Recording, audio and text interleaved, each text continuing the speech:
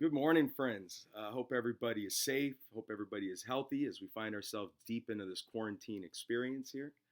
Want to begin by wishing everybody a very happy Teacher Appreciation Week. Also, special shout out to our school nurses who are celebrating School Nurses Appreciation Day tomorrow.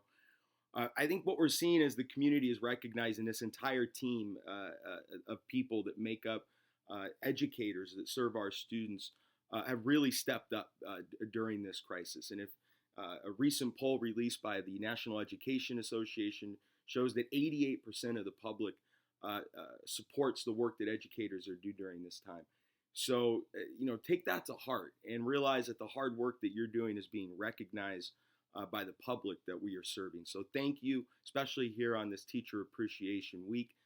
Pay attention towards the end of the video and in different posts that we're doing. We're going to be doing some giveaways for some Grubhub so you can get some food delivered throughout the week.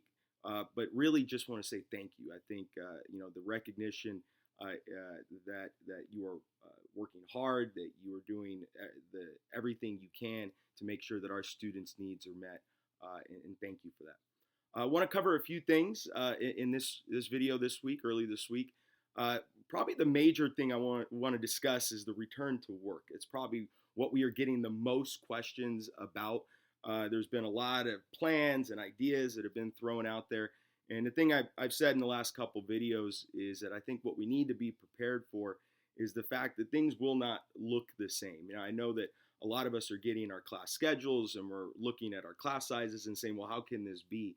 And recognize that a lot of this right now is going through what the normal planning procedures would be for a school year, but with the understanding that we are going to have changes in front of us. Now, one of the things that's happening in the center of this decision making is our state superintendent of public instruction, Tony Thurmond, who we worked very hard as educators to get elected a couple years ago in that race against Marshall Tuck.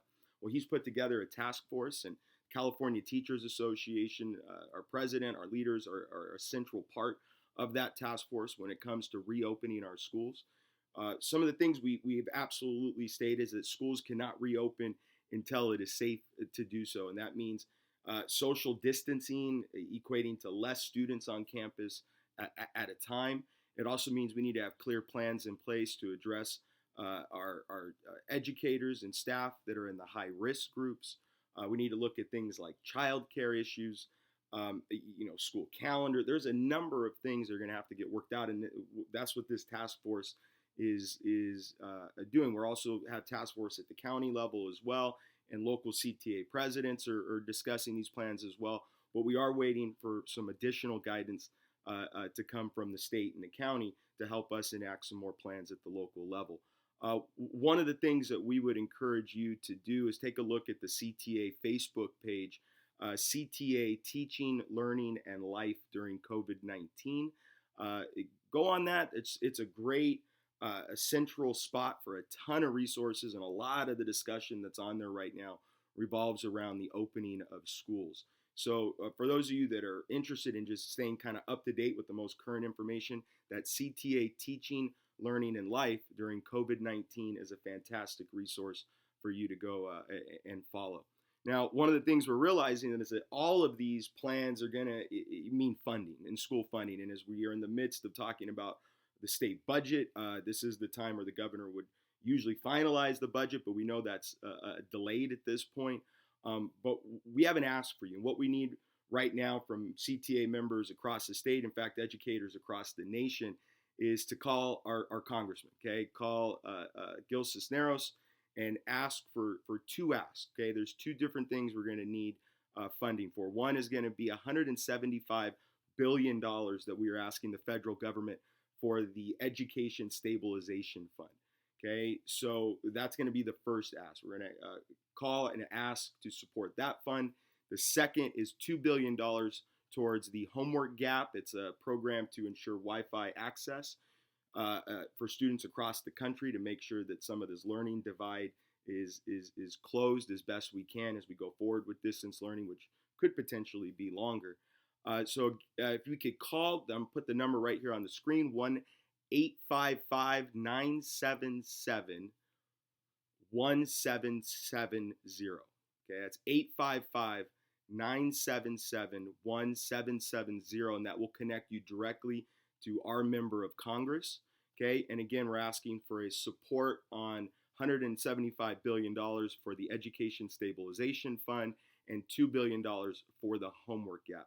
So if that's the ask, we can get you to take a couple minutes out of your day to make those important calls today, and there'll probably be more of those lobbying asks in the coming days, as many groups are working at both the federal level and state level to ensure funding. And we need to make sure as educators that our students and the educators are protected financially through spending and funding as we go forward. So if you can take some time to make that call, that would be extremely helpful.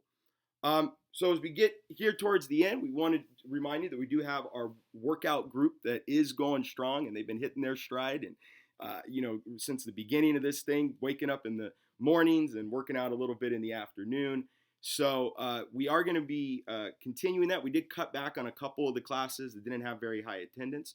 We're going to keep that going forward on Monday mornings and Monday afternoons, and then Wednesday afternoon and Friday mornings. And we have 4 different types of trainers that are doing 4 different types of workouts, from resistance type body weight training to yoga and Pilates. So it's really been a great place to improve mental health, physical health for our group. With that working out comes sometimes you get hungry. So this is where the raffle comes in. So we're going to be asking for the 5th person that emails organizing at aremembers.org, emails the word tacos. Okay, if you email the word tacos here on the organizing at aremembers.org, that 5th person will get emailed a $25 Grubhub gift card. And for everybody out there, we encourage you to use that, to support some of your favorite restaurants, but really think about those community restaurants and businesses that supported us as we were going through our organizing campaign for a fair contract, which we're still working on. We're still going to need their support.